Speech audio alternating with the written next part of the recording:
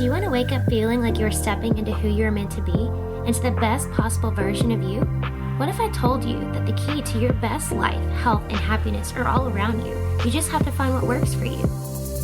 I'm Hope Pedraza, and I believe that there isn't just one way to live a healthy and meaningful life, and that all you need is a little inspiration to make changes that last from the inside out. Each week, I'll be sharing tangible tips and inspirational interviews to help you on your journey. These are the steps to take to improve your life and live with purpose. This is Hopeful and Wholesome. Hey y'all, welcome back to Hopeful and Wholesome.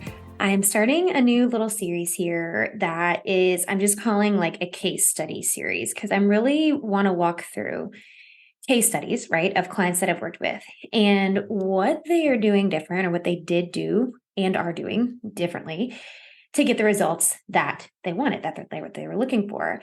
And I think this is just a way to illustrate how the work that I'm doing is different than the, conventional world of the conventional medical world, and really too, just traditional functional practitioners. The way that I'm putting the energetics, the emotional piece with the physical piece, like putting that holistic, like WHOLE, holistic approach together. I think it's an important distinction to make because I get, messages and have conversations with people, and I have conversations around, I've tried that, or, I go to my functional medicine doctor, or I go to this other functional practitioner, or I go to my naturopath, whatever. People try things, yet they're still having conversations with me about things because they haven't gotten the results that they're looking for. And this is not a knock on any other practitioner at all by any means. This is not throwing shade or a knock on other practitioners. What I'm saying is that if you've, quote, done all the things and you still haven't gotten the results you're looking for, then you haven't done all the things, right? There's pieces that are missing. There's puzzle pieces that haven't been put into place. And it might mean that you need a different perspective, right? That's always helpful because, again, we're all human. And so even the smartest doctor, smartest practitioner, the smartest naturopath, we can still miss things, right? And that goes for me too. We can still miss things. And sometimes it just takes a new set of eyes to look at things in a different way from a different perspective, or it could be that there are pieces that are missing, and that those pieces are the pieces that I'm putting into place, right? I talk about the energetics and I talk about the emotionals, right? The emotional pieces, the energetic pieces that haven't been dealt with. And so I wanted to do this series to kind of illustrate that with a handful of clients. And so I'm doing this in 4 parts. I'm going to talk about 4 different clients of mine. I'm not going to use their names or anything just for their own privacy, but just kind of talk through why they came to me, what they tried before, and what they're doing different to get the results they're looking for. And I want this to be a perspective shift for you too, that, yes, if you feel I'm the right practitioner to work with you, then by all means reach out, but more about the fact that there is always healing available. And I know you've heard me say that before, and I will say this is one of the hills I will die on, saying this, that it's never too late and the healing is always possible. And I want these stories to be an illustration of that these women either tried everything, right? They came to me and they were like, oh, I've tried it all. Or it was one of those things where it's like, well, it can't hurt to try this, even if they weren't totally bought into the way that I do things, right? And maybe I'm more woo than they're used to, that kind of thing. So I want that to be a lesson too, that there are always other methods out there for healing. And it could be the thing that tips the scale for you in terms of sending your body in the right direction is the thing that you haven't tried before, the thing that you thought was kind of quote unquote out there and you felt weird about trying it or whatever, or that maybe you didn't believe in it altogether. And I get that too. I have, I've worked with clients before and looking back, seeing that they really weren't an ideal fit for me, that weren't really bought into the energetic and the spiritual pieces, which is fine. That's totally fine. And I have had some clients who aren't bought in, and then by the time we're done, they're like, oh my gosh, I believe it, right? Like this stuff totally works. So there's kind of 2 sides of the camp there. There's some that don't care to have anything to do with it because they don't think it's real, or they don't think it's worth diving into, or they don't, whatever. Or there's the kind that are just kind of skeptics, right? And it's one of those things, they have to see it to believe it. And that works sometimes too. So the point is, that there are multiple avenues and multiple modalities out there to help you heal from whatever it is, whatever imbalances, whatever symptoms that you're dealing with. So, with this series, I want to give you examples and like tangible examples of things that have actually happened in my world so you can see just how it works and just how it works differently. And that maybe, there are some things that you haven't tried yet that you want to jump into. So, anyway, that being said, I want to jump into this first case study of what my clients are doing differently, right? What they're doing differently to get the results.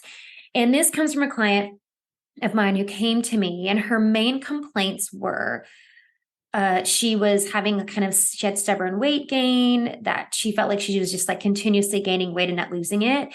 She had kind of made a shift in her career. She was an entrepreneur and a coach, and shifting out of a different field of work, and she just felt like her body was it was kind of taking a toll. She felt like she wasn't making as good of decisions as she used to in terms of like eating and working out, that kind of thing. And she come to find out, and this is what's happened. I find this so funny. This is what happens to me a lot of times.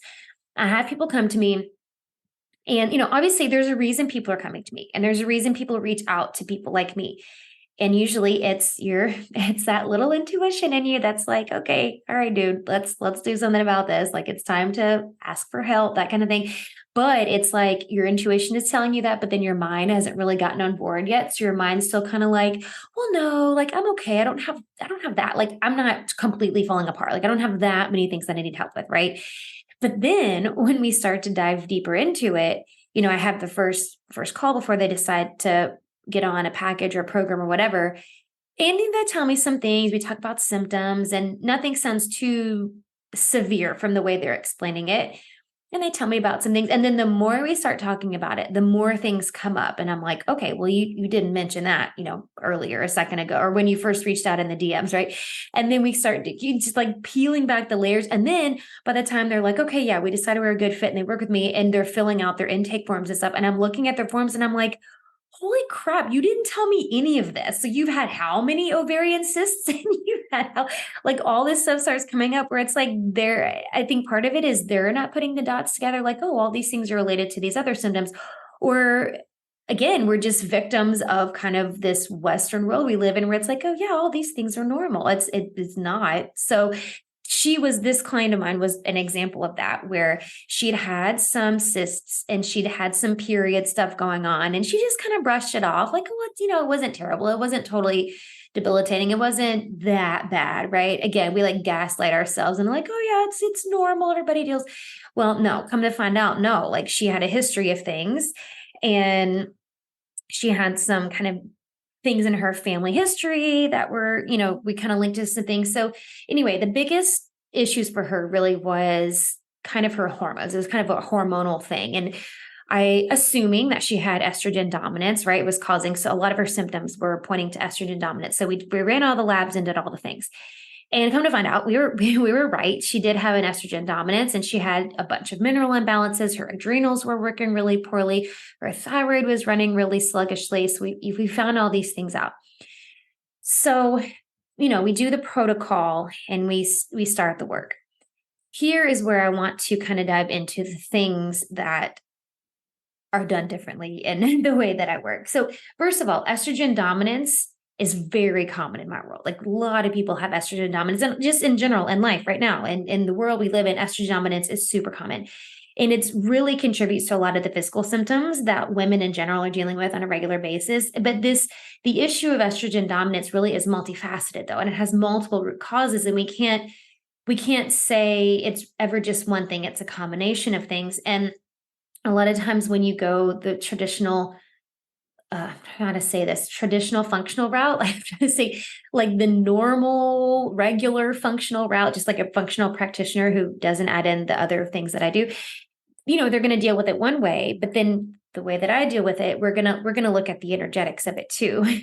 And I'm going to explain what that looks like here in a second. But so the first thing I will say that she did differently and this was a process. It wasn't like right when we started out, she's like, yeah, I'm going to be patient and blah, blah, blah. She's very spiritually inclined. So I think she did have a mindset around like, okay, I'm going to kind of let my body do what it needs to do kind of thing. But there were still points of frustration throughout our time together where things weren't happening as quickly as she wanted to, and they weren't shifting as quickly as she wanted to. But we came to a point where she had this realization. She sent me a voice memo, and she had this moment of like peace about it, where she's like, she let what I consider like letting your body off the hook. And I'm not saying like throw your hands up, like, oh, whatever happens, happens. It's more like, I am going to let my body decide the timeline that it wants to heal on, right? Like we don't get to tell our body when to heal. That's not how it works. Our body is this super intelligent being, and it's a process, right? And we can't rush the process. We can't tell it how long we want the process to take. Of course, all of us want to heal. We want to heal like yesterday, of course, obviously. But we have to give it the patience that it requires to create this safe environment in order for it to heal. And that was what she recognized in herself. She was pushing and forcing. And then, when she would get off the anti-inflammatory diet, and she'd be really frustrated with herself, and she'd send me messages. And, I'm telling her like, hey, let's give yourself a little grace. Like you don't need to beat yourself up about it. And so she realized she was being really hard on herself. And so by kind of letting her body off the hook and being like, okay, I'm going to let my body work in the timeline that it wants to work on. I'm going to take the aligned action. Again, not saying I'm going to throw my hands up and be like, oh, forget it, whatever happens, happens. She's still taking the aligned action, right? She's going to follow the things. Like I told her, 80 to 90% of the time, we're all going to fall off. And like it's not a big deal. It's not enough to beat ourselves up over it. But if we can follow like 80 to 90% of the time, we're following the anti-inflammatory processes, right? We're following the supplement protocol. We're doing the mindfulness practices. We're doing all these other things, right? That is, you've committed to the process. And then you allow the body to follow its own natural timeline without the stress or the pressure of it having to happen when you want it to happen, because it's not going to happen that way. And I've had multiple clients. I loved this revelation she had, because I've had multiple clients. I mean, I've had clients stop and, they didn't even finish the protocol with me. They didn't finish their work with me because they get so frustrated, and they're either putting it like it's my fault that they're, nothing's happening, or I haven't done the right protocol or whatever, or they're frustrated with themselves, or they're, just frustrated altogether. And it all comes down to this, right? They thought they're looking for this like magic pill or this magic bullet to make the body like, oh, all of a sudden we're healed. And this is not how it happens. And especially when our nervous system is so wound up tight. Like if you saw my post a while back, I did a post a while back, maybe a week or so ago, about why your supplements aren't working. And maybe I'll do a whole episode on this. I feel like that should probably be something I talk about too, do a whole episode on this. But one of the big things about, because people tell me all the time, well, I try the supplements and the supplements don't work. They don't work on me, whatever. Well, yeah, first of all, if that's the mindset around it, then yeah, it's not going to work. But there is a piece where your nervous system has to let go. Your nervous system is there to keep you safe. And if it doesn't feel safe, then it's not going to relax enough to let the supplements do what they're going to do. And it's the same with the process, the protocol, right? So by letting her body off the hook and giving herself patience and grace and not forcing and pushing things to happen in the timeline she wanted to happen, that's when things started to happen. Like that's when she saw things start to shift and things start to change. So that's the first thing that she did differently. And the next thing she did differently was kind of along the same lines, but she was consistent with the processes to help support her body's detoxification and excess hormones, because she did have that estrogen dominance, and there's a handful of things contributing to that. I'm going to get to the energetic piece here in a second, but one of the things was her liver. Her liver, and your liver is responsible for, converting hormones, getting rid of excess hormones, all of that. And if your liver's not working optimally, then it's just going to start recirculating all those hormones back in the body. And that's what was happening with her. So she's having toxins and estrogen just recirculated back in the body because she wasn't eliminating it properly. So the big thing really is honing in on that detoxification piece. So your body's natural detoxification should be getting rid of all of this, right? But when things start to get out of balance, it's, your liver, your gallbladder, all your detox organs, your toxic overload, right? For overloading with toxins, they start to slow down and they're just not performing optimally. So when we can really hone in on the detox pieces, and it's, eating the right foods, taking the right supplements to support it, supporting your lymphatic system with practices like moving and dry brushing and those kind of things.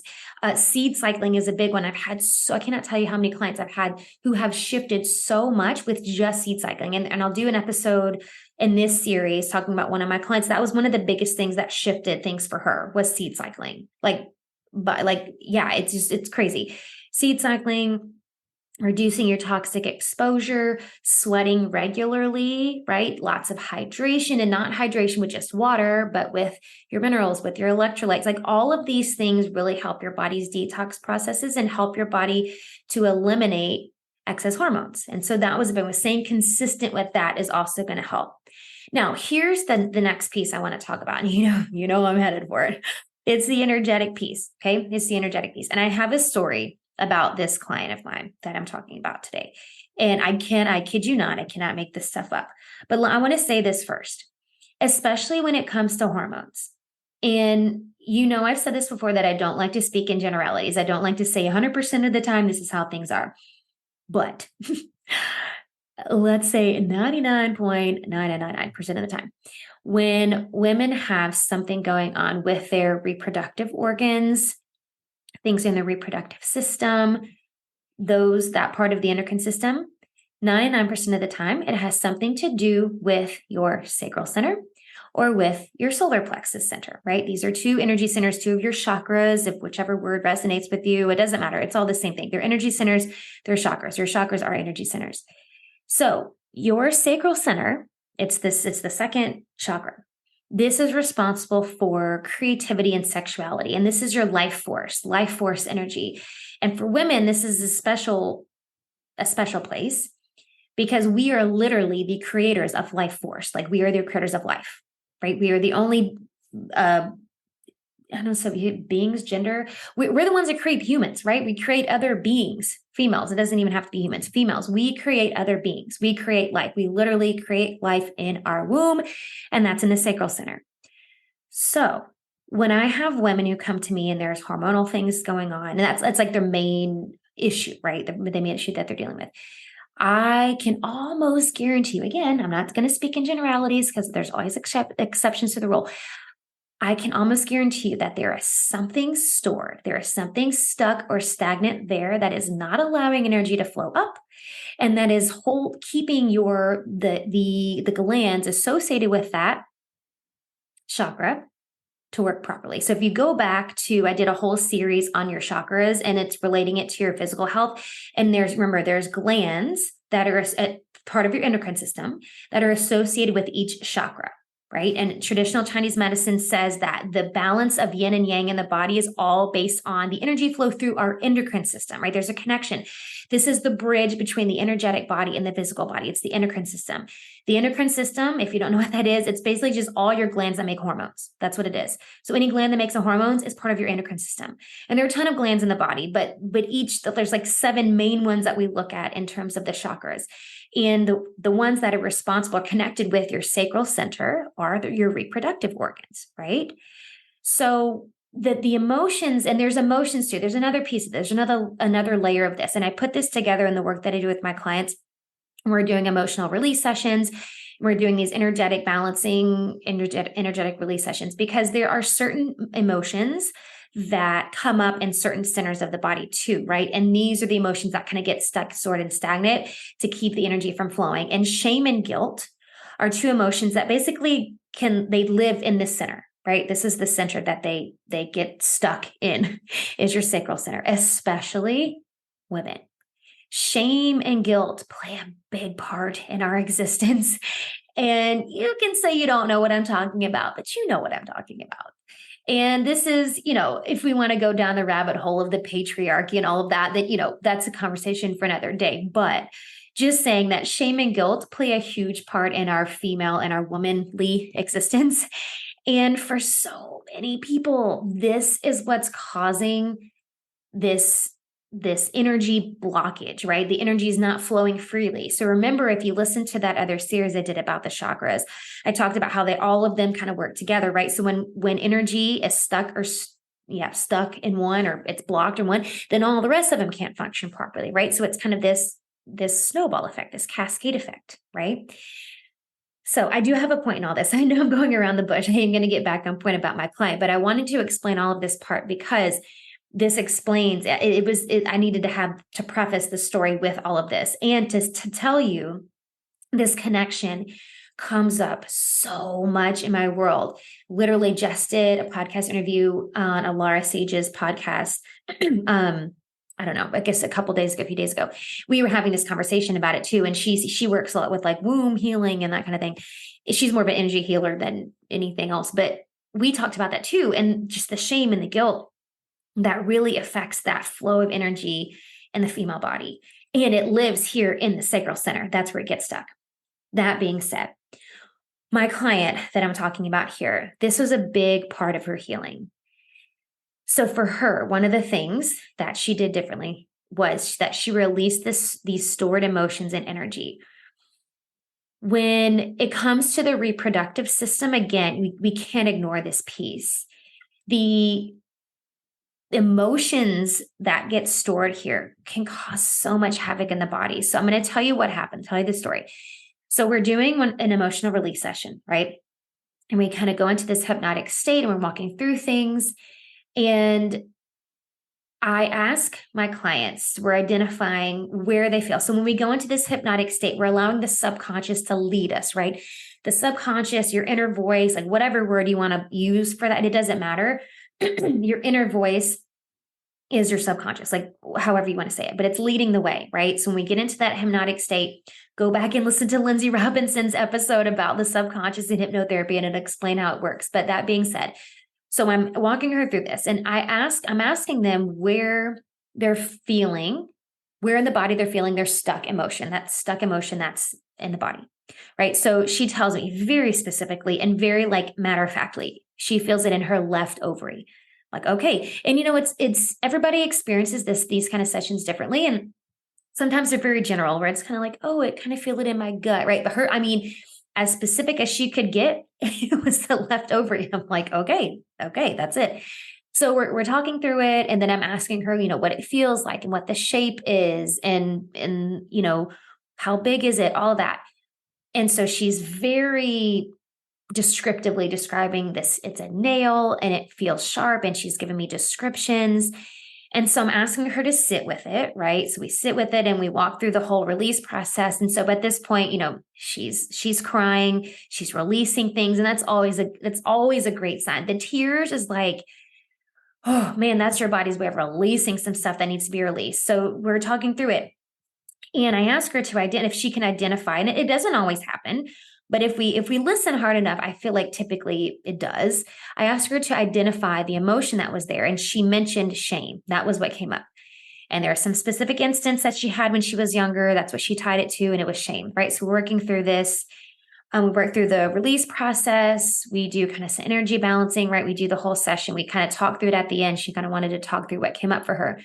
So we talk about this shame and connecting in it. And I told her, I said that the shame is an emotion that lives in your sacral center, and your ovaries, which you mentioned, your ovaries are correlated with your sacral center. So I'm explaining all the connections, right? It's like, oh my gosh, it's all making sense and blah, blah, blah. So it's great. I thought we had this great session. Everything is great. 2 days later, she sends me a message and she's in the hospital, and she had a cyst rupture that she didn't know she had. She had a cyst rupture, and I gave you one guess where the cyst was. It was in her left ovary. I kid you not. We literally did an emotional release session 2 days before that happened. She very specifically identified this stored emotion, stuck emotion in her left ovary. And then she's in the hospital 2 days later because it burst.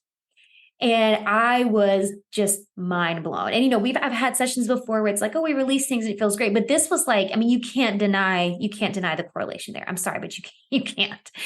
And so I'm just like, oh my gosh. And, I'm trying not to be excited about this because I feel bad that you're in pain and you're in the hospital. But oh my gosh, you just released something major. Like, so, we're messaging back and forth, and she's like, no, this is, I'm actually like, I'm in shock. I'm in awe. This is, this is the process, y'all. This is the work. This is the work. And when I tell you that the energetic work is the missing piece, Like, I don't know if I can give you a better example. Like, this story just proves everything. Like, if I could tell this story every day of my life to everyone that I come into contact with, I feel like I'd have so many more believers, right? Because I know there are skeptics. I know that there are people who are like, oh, this is mumbo jumbo, or this is crap, or this is woo, whatever.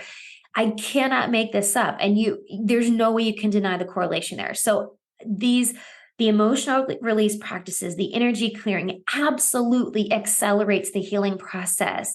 And it absolutely connects to your physical body. And that's what my clients are doing different, right? Even if they're not total believers in this, and now she was very spiritually inclined, but I've had other clients who aren't. And it's like totally out of the box for them and out of their comfort zone. But they're like, you know what? I'm going to do it. I'm going to try it. I'm going to do it. And they have these experiences where they're like, holy cow, I get it now, right? But releasing this stored energy, releasing the stored emotions is absolutely part of the process. So that was a big one. Okay, I have one more that I want to talk about for this particular client. The last piece that I want to talk about is that the thing that she did differently, the last one, is that she started living according to her cycle and to her human design.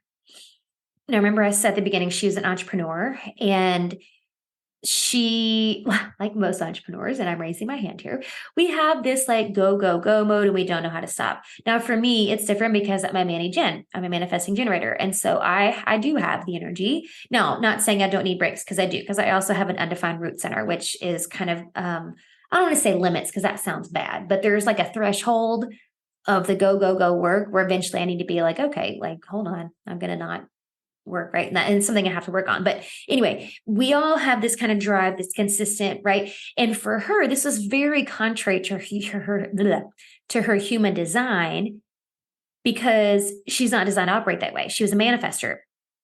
And manifestors, they kind of have these creative and energetic bursts that come out, right? And honestly, too, I mean, it was in contrary to her body's natural rhythms.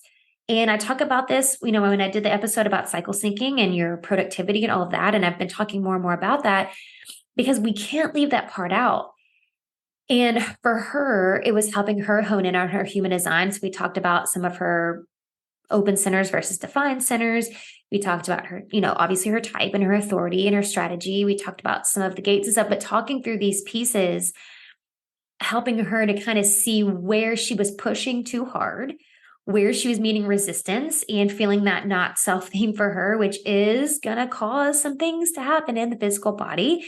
If you go back a few episodes and listen to the one I did about common chronic symptoms according to your human design types, that's going to give you a good indication. And of course, as a manifestor, one of those is hormonal imbalances. So it's like, you see all the pieces here. And I love a good puzzle. It's just putting the puzzle pieces together. I love it. Anyway, helping her with that, helping her really kind of figure out how to maximize her energy and productivity with her work, her clients, like where she needed to delegate things, where she needed to kind of bring in something or someone to fill in the energetic gaps, because she doesn't have that sacral energy to keep the consistent energy going. And this eliminated her drive to force and push all month long, day in, day out, right? It helped heal her adrenals, because her adrenals were struggling big time. And she had an open root center. And like one of the things we talked about, kind of uncovering some beliefs that were keeping her stuck in some patterns. One of the things she brought up was that in her family, to just sit around and not do something was like a sin, like you're lazy, right? And she has an open root center.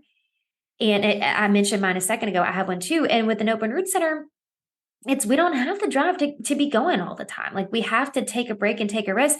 And the not self theme of that center is kind of that external pressure of like feeling guilty for not doing something, or like allowing external pressure to be like, oh, I should keep going because these people think I should, we have that feeling, the external pressure.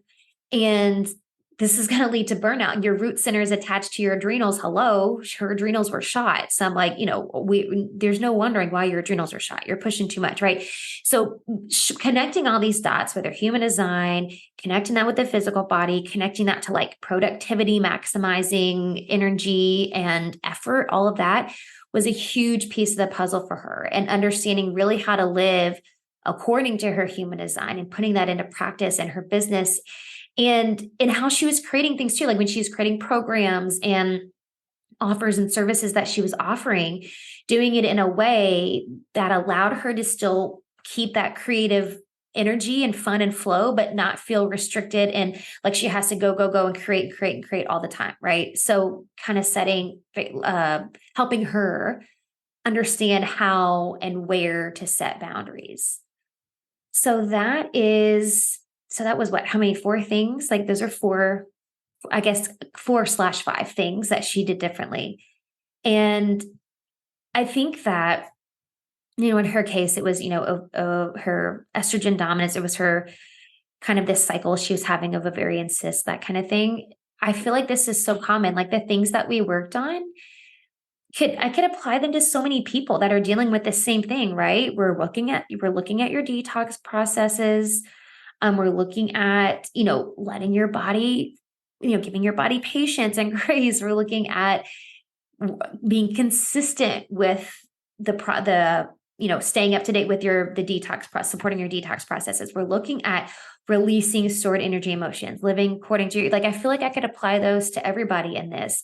And again, this isn't something that traditionally you're going to meet in, definitely not in the conventional medical world, but even in the functional world, in the holistic world, it's not something that typically we're either doing one or the other. Like we're either doing all the energy work or we're doing all the physical things. But in my world and I guess it's my opinion and it's my experience working with clients, you have to put all of this together.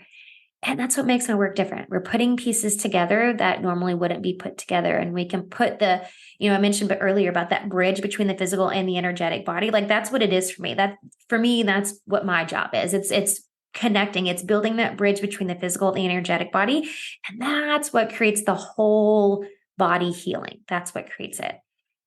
So I hope this was insightful for you and maybe, just maybe, helping you connect some dots in your own health or thinking about kind of some missing puzzle pieces that maybe you haven't addressed yet. And just maybe even just triggering a thought in your head like, I haven't tried that before. Maybe it's worth a look. And that's really, that's my goal with this whole show. Like if I could just trigger something in your mind to think about something differently, have a different perspective, opening your mind to something new, then I feel like I've done something worthwhile.